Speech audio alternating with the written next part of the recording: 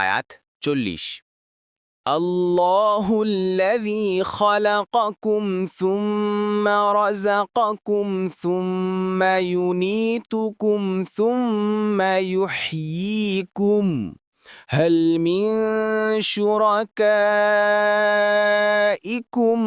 মান ইয়াফআলু মিন যালিকুম মিন শাই' সুবহানাহু ওয়া তাআলা আম্মা ইউশরিকুন। অনুবাদ: আল্লাহ, যিনি তোমাদেরকে সৃষ্টি করেছেন, তারপর তোমাদেরকে রিজিক দিয়েছেন, তারপর তিনি তোমাদের মৃত্যু ঘটাবেন, অবশেষে তিনি তোমাদেরকে জীবিত করবেন। আল্লাহর সাথে শরীক সাব্যস্তকৃত তোমাদের মাবুদগুলোর এমন কেউ আছে কি যে এসবের কোনো কিছু করতে পারে? তারা যাদেরকে শরীক করে, তিনি অর্থাৎ আল্লাহ সেসব শরীক থেকে মহিমাময়, পবিত্র ও অতি ঊর্ধ্বে।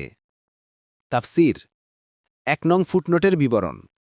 এখান থেকে আবার মুশরিকদেরকে বোঝাবার জন্য বক্তব্যের ধারা তাওহীদ ও আখেরাতের বিষয়বস্তুর দিকে ফিরে এসেছে। আইসারুতিত তাফসীর ২ নং ফুটনোটের বিবরণ। অর্থাৎ তোমাদের তৈরি করা উপাস্যদের মধ্যে কেউ কি সৃষ্টিকর্তা ও রিজিকদাতা? জীবন ও মৃত্যু দান করা কি কারো ক্ষমতার আওতাভুক্ত আছে? অথবা মরার পর সে আবার কাউকে পুনর্জীবিত করার ক্ষমতা রাখে? তাহলে তাদের কাজ কি? তোমরা তাদেরকে উপাস্য বানিয়ে রেখেছ কেন? তাবারি।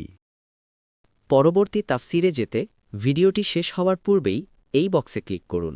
ভয়েস বা উচ্চারণে অনিচ্ছাকৃত ত্রুটি ক্ষমাসুন্দর দৃষ্টিতে দেখবেন ইনশাআল্লাহ।